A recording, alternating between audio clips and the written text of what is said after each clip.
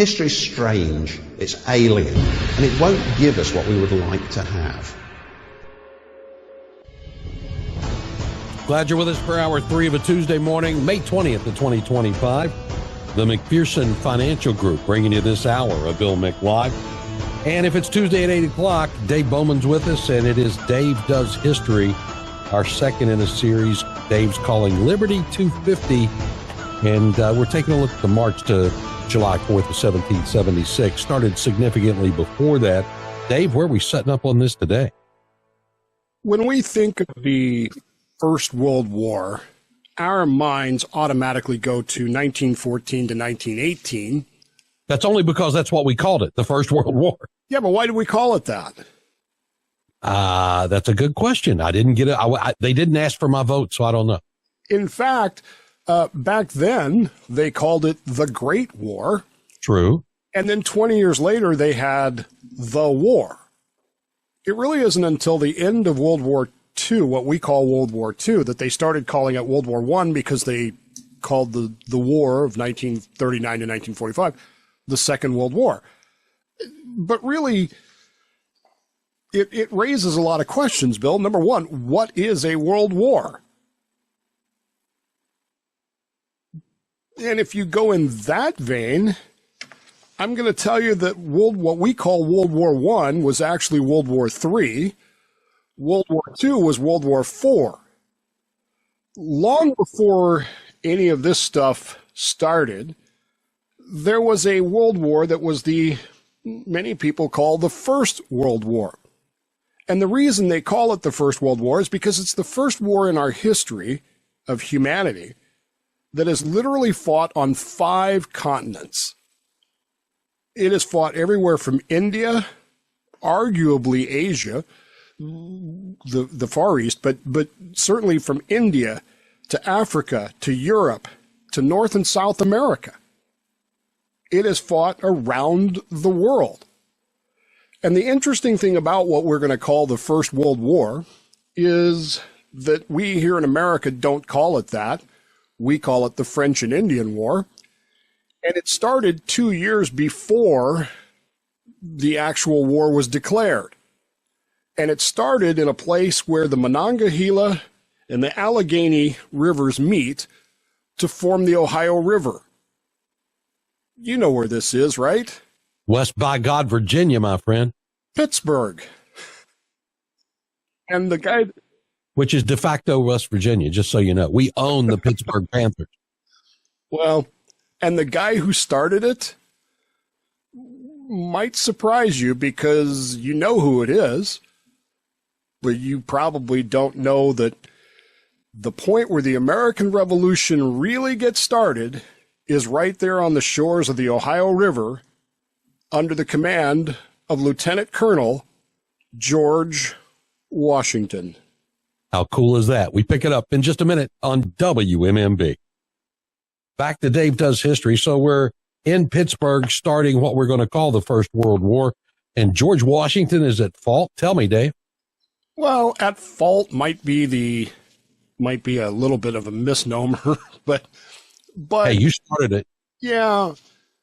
The problem is that the French are actually in control of most of North America in 1754.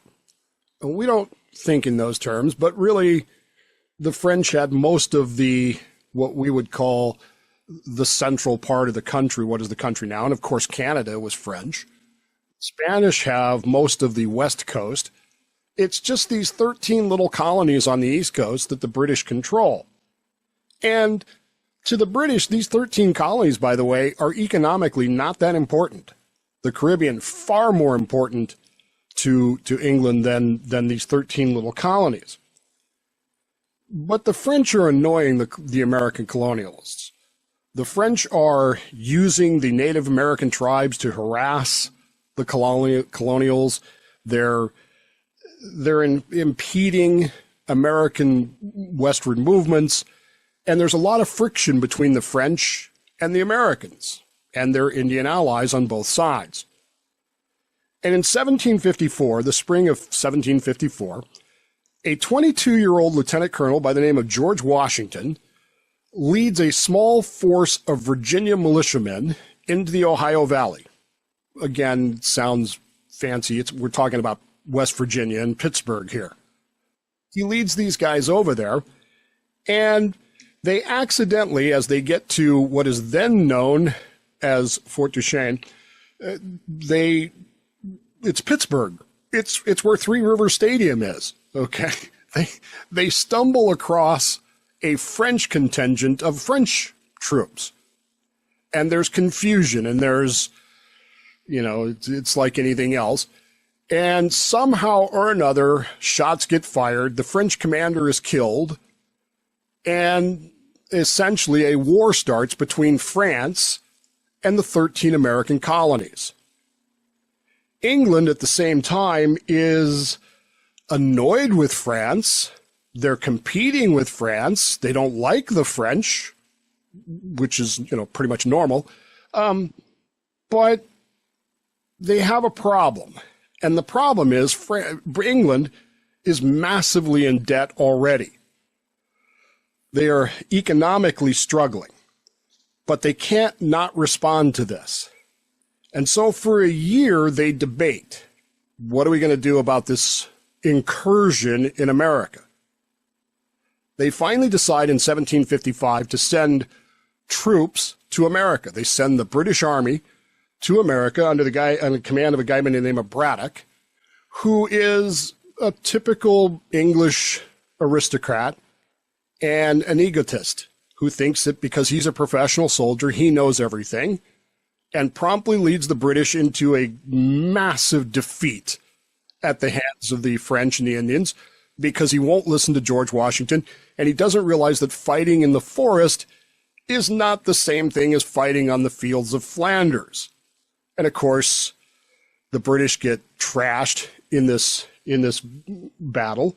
Braddock gets killed, and Washington comes to be noticed because A, he survives the battle, and B, he's been telling Braddock, you're doing this wrong, but nobody will listen to him. So what's going to happen? Well, the British kind of reaction to this is going to be the interesting one. The colonials at the same time start forming formal militias, Virginia, Pennsylvania, Massachusetts. They begin fighting the French and the Indians everywhere they can, raising money, organizing supplies. They see themselves, however, as different from the British troops. They see themselves as defending their homeland, not necessarily, formal troops. The French have their alliances, of course, with the Iroquois, the Huron, the Ottawa, and they are just wreaking havoc on Britain's frontier settlements. They are just tearing things up. Even after the 1755 defeat, Britain's parliament is still very hesitant to enter a formal war. They don't like the fact that the French are pushing the colonials around. They don't like the fact that the Brits are, the French are doing this. But they have that problem, Bill, which is, we don't have a lot of money here. And we have the French on the continent. We have the Spanish over there. We have the Portuguese. We got all these threats that we have to deal with. We got India, where the French are in India, by the way. How many of you knew that? Did not. We've got all these threats going on. How can we deal with this effectively without spending a lot of money? And this is the argument in Parliament. This is the problem that they're facing. They have an even bigger problem that we here in America really don't get, which is that the King of England at this time is a guy by the name of King George II. King George II is German. He speaks German. He is an elector of Hanover, and he has a vested interest in the German state and keeping the German state safe from the French, to the point where he's willing to ally England with a guy by the name of Frederick the Great, the Prussian, to help defend Hanover from France. Oh, and he's willing to pay for it. So now you have these entangling alliances from England to Prussia to Hanover, France to Huron to... does this sound like World War I again? With entangling alliances all over the place? And the problem is, once the shooting starts, because Washington gets himself caught on the Monongahela River, the whole thing is going to, just like the assassination of Archduke Ferdinand, the whole thing is going to spill over and turn into what we're going to call the First World War. And when we come back after the break, we'll talk about how Britain finally decides, over the objections of the Prince of Wales, to go ahead and get involved with World War I. While you have the opportunity, make WMMB that first preset on your iHeartRadio app. We're already number one in the county. We just want to keep it that way. And we're back with Dave Does History in moments. Our weekly dive into history. Dave Bowman joins us on Bill Mick Live. The McPherson Financial Group bringing you this hour of the show, looking at our First World War, and Dave getting us up to speed on that. Dave, where are we picking this up? So in 1755, after the defeat of General Braddock, Parliament in England, in London, really starts to debate this stuff. And there are two schools of thought in England. King George II is very concerned about his role in Hanover, Germany. He has allied himself, not only allied himself, but he's paying Frederick the Great to protect Hanover from the French and presumably from the Austrians. So when you read about Frederick the Great and all his military victories, it's all that. He's also taking on Russia, some other countries as well. He really has no chance of winning, but the British are just kind of hoping that he annoys them enough that he'll keep them busy. The other side of the argument comes from the Prince of Wales, a guy by the name of George, because, King George is a common name in England, I guess. And George, Prince of Wales, is the grandson of the king, George II. He will eventually become George III, who we as Americans have this certain view of. We think of George III as an absolute tyrant.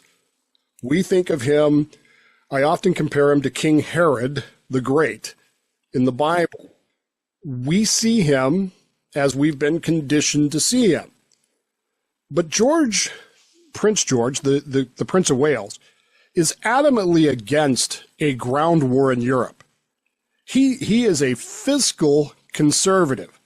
Believe me when I tell you this, listeners, as generally conservative people, we would have loved Prince George. He was a fiscal conservative to the point of he believed that taxation was theft. He believed that the government wasting money was a crime. He was absolutely dead set against this war in Europe because it was going to cost too much money, and he didn't think that Britain could afford it. However, he will lose the argument. And ultimately, the new prime minister, a guy by the name of Pitt, will decide that we're going to fight this war. But instead of fighting in Europe, where we're paying Frederick the Great to do this, we're going to fight over in America. We're going to make an America First policy. And that campaign, it's what he called it. You've heard the name before, right? So he's going to make that the policy. And he is going to send massive quantities of troops to America. Now, keep in mind that the colonials are already fighting this war. They have been fighting it for 2 years. But on May 17th, 1756, just a couple of days ago, Britain formally declares war on France and begins what we call the French and Indian War, but in reality, it is, in fact, the First World War. So we're going to, at least for now and for the next, at least portions of the next year, we're going to like Prince George until he becomes King George III. We've got this war started, Dave, and we were in it for 2 years before they got here. Where's it going now? Well, and therein lies really the story here, is that these British troops start pouring into North America. And at the same time, there's still these colonial militias from Virginia and Pennsylvania and Massachusetts and South Carolina and all these places that are that are fighting this war. And this is important, Bill, who are paying for it. These colonial legislatures are levying taxes. They are collecting money. They are even seeking donations to pay for the colonial troops. And now these British troops who are coming in here to fight this war. I mean, it really is our war. If you think about it, we're trying to get rid of the French, and that's now the British policy is get the French out of North America, which I'm all in favor of anyway. But the bottom line is we're paying for this, and it's expensive. And these colonial governments are going into debt. We could spend a lot of time talking about the conduct of the war. I don't want to spend a lot of time on it, but the bottom line is that the British start listening to Washington a little bit, and they start thinking to themselves, well, there's really, it's a different way of fighting, and we need to learn that way of fighting, which once again we'll bring up, later on. Did they really learn, or did they just think they learned? They don't. But for the moment anyway, they managed to kick the French out of Canada in one of the most brilliant campaigns ever conducted. We, the British and Americans, capture Quebec, and we throw the French out of Canada. We throw the French out of the western part of the United States, what will become the United States. And through this all, it's colonial soldiers that are fighting alongside the regulars. But they're treated like they're secondary. And in fact, there are cases where the British generals will use the colonial militias basically as cannon fodder. To save his own troops, they will send the colonial militias on suicide missions, get them mauled and get them torn up. And this is starting to grate on the colonials. We're starting to notice the fact that the British officers treat the colonials with a great deal of arrogance. They really look down on us, even though we're on the front lines. There is a massive pay disparity between what the British soldier gets paid and what a colonial militia guy gets paid for doing the same job. In fact, in some cases, we're doing more than the British soldiers are doing, but we're not getting paid for it. We're not getting as well supplied. We don't get the Bessie rifles. We don't get the heavy-duty cannons. We don't get the stuff that Britain is providing for its own army, let alone those sharp-looking uniforms, with them red coats on them, which we wouldn't have worn anyway. Yes, which we wouldn't have worn anyway because we're not stupid. But there's this arrogance to this whole thing that's really starting to, pardon my French, but it's really starting to piss off Americans. Because by 1759, the war is really going in our favor. But we're being treated like we're second-class citizens here. Are we partners in this? Are we trying to throw the French out of North America for all of our benefits or just for yours? Is kind of the question that Americans start asking. And the British Parliament is starting to say things like, we need some money from you for this, even though you're paying for it. One of the big myths of this whole thing is that the British needed us to pay for that war. We paid for that war, but the British treated us like we didn't. And we're starting to wonder, are we partners in this whole thing, or are we just pawns? Are we just being used by you to accomplish your goals without ours? And then, of course, in the middle of all this, King George II dies. And all of a sudden, the Prince of Wales is now King George III. Is he still the same guy? A fiscal conservative?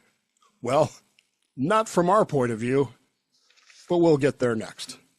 And we chase it down when we continue on Bill Mick Live here on WMMB. Call Bill now, 321-768-1240. The McPherson Financial Group, this hour's sponsor. If you have thoughts on this First World War that we kind of know as the French and Indian War, we'll let you in on it before the day is done. And don't forget Florida Roundtable this weekend. We're going to take a look at safety on Florida's waterways, and our podcast from last week is Chris Miro, political scientist, taking a look at the situation with the legislature and the governor and the inability to get a budget done. All of that for you. Top of the page at BillMick.com. So, Dave, King George III now has ascended to the throne, known to be a fiscal conservative, at least up to this point. What happens as we move it forward? By the way, the British call this the 7 Years' War. We call it the French and Indian War. It's really the First World War. You got the Continental Wars with Frederick the Great. You got so much stuff going on here. It's not even crazy. But yeah, King George comes to the throne, and I guess fiscal conservative, skinflint, miser, cheap guy, however you want to look at it. By 1760, the war is won, really, here in America. I mean, that's the British strategy, America first. The French have been thrown out of Canada. They're still holding on to the western provinces in the sense of New France, but they don't really have any people there to help out. This one of the most remarkable things about America, the North American continent, particularly prior to the American Revolutionary War, is how few people are actually involved with this. The Spanish will conquer basically the American Southwest and the American West with about 1,000 people. They'll send out these missionaries and these troops. There's not a lot of people roaming around out here, but they're planting the flag and claiming. The French kind of do the same thing in the interior of the country.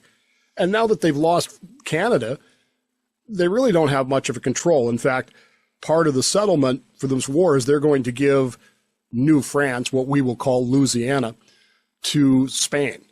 So the French are gone. I mean, they're just done. The war is over, and everybody's happy, right? Now the actual fighting is going to continue in India, Canada, not Canada, the Caribbean, Germany, those areas, until about 1763, when the Treaty of Paris will be signed. But for all practical purposes here in the North American continent, it's over. The Americans are celebrating. We are drinking toasts to the king and country because, look what we've done. Look what we've done for you. But there's this undercurrent, Bill. As the veterans from this war begin to come home, they're expecting pensions. Hey, we served the king, right? If I was a British soldier, I would get a pension. Or maybe they're expecting land. The American colonials are looking at this going, hey, we threw the French out. Now we can start moving west, towards Pittsburgh into West Virginia and what will become Tennessee and Alabama and those areas. We can start moving west, right? And all this new land and all these cool things that are over there. So we're going to be able to do that. There's empty promises from the British government about how we're going to take care of you. But there's this growing awareness in the American colonials that we had organized, supplied, paid for, and fought, viciously fought. We had served very well in the 7 Years' War, the French and Indian War, whatever you want to call it, the First World War. And this growing awareness is that despite having done all that, we're not getting the fruits of victory here. The veterans, the speculators with their eyes on land in the Ohio Valley that had been liberated from French control aren't getting the results that they wanted. The native tribes have not been pacified, by the way. There are small uprisings and those raids continues. But the British, they still kind of have to police this a little bit, so they're a little concerned about that. After all of this, though, Bill, there are some alarming things happening. The British sent all these troops to America to fight this America First strategy. What should happen when the war ends? They should get on their ships and go back to England, right? That's what one would think, yes. We don't need them. But they don't. They stay here. They stay garrisoned in American forts and American cities, where they begin to take over people's houses and quartering themselves in those houses. And they start treating us like we're not the victors, but like they're there now to police us. And now we have a standing army from a king who's increasingly pushing for us to fork over a bunch of money to him, and he's leaving his troops here to intimidate us? Is that what you want to call it? We'll talk about this a little bit later, but King George is kind of shifting a little bit. He's looking down at the colonials, and in fact, he gives a speech in 1763 in which he praises the British government for its handling of this war and encourages Parliament to push the colonies to fork over a bunch of money because, as he predicted, the British national debt has doubled even though they won this war. This will lead a guy by the name of John Wilkes to write a pamphlet, a newspaper, known as the North Britain version 45 or episode 45 or volume 45, whatever you want to call it, which will criticize the king. Now, again, if you have a First Amendment, if you have freedom of speech, that shouldn't be an issue, right? But you don't have that. And the king actually has John Wilkes, who is praising the colonials for having done such a great job, not the British government, gets arrested for sedition, which will lead to riots and stuff in England, and we'll talk about all that in a future episode. But for right now, we're starting to see a king who is pushing suppressive issues and leaving his troops here in America. And he wants us to pay for it all. And he wants us to fork over a bunch of money and to put up with his troops and put up with all this stuff, even though we carried the burden of the war. The British Empire has never been stronger. It's never looked as large as it has right now in 1763. France is gone. Spain has been pushed back. The continent, thanks to Frederick the Great, belongs to the crown, or so it seems. But what's going to happen now? What's going to happen to that frontier? What's going to happen to these soldiers? What's going to happen to all those promises that the British made us during the war about, thanks for your help. Here's this new land. Here's what you can do. Here's your pension. What happens when London decides, well, now that we've conquered this land in North America, we should govern it the way we want to govern it 4,000 miles away across the Atlantic Ocean? In 1763, the King of England, King George III, is going to draw a line. And despite all the American sacrifices, despite all the American money, despite all the American effort in the French and Indian War, the 7 Years' War, the First World War, King George III is going to proclaim that none of that matters.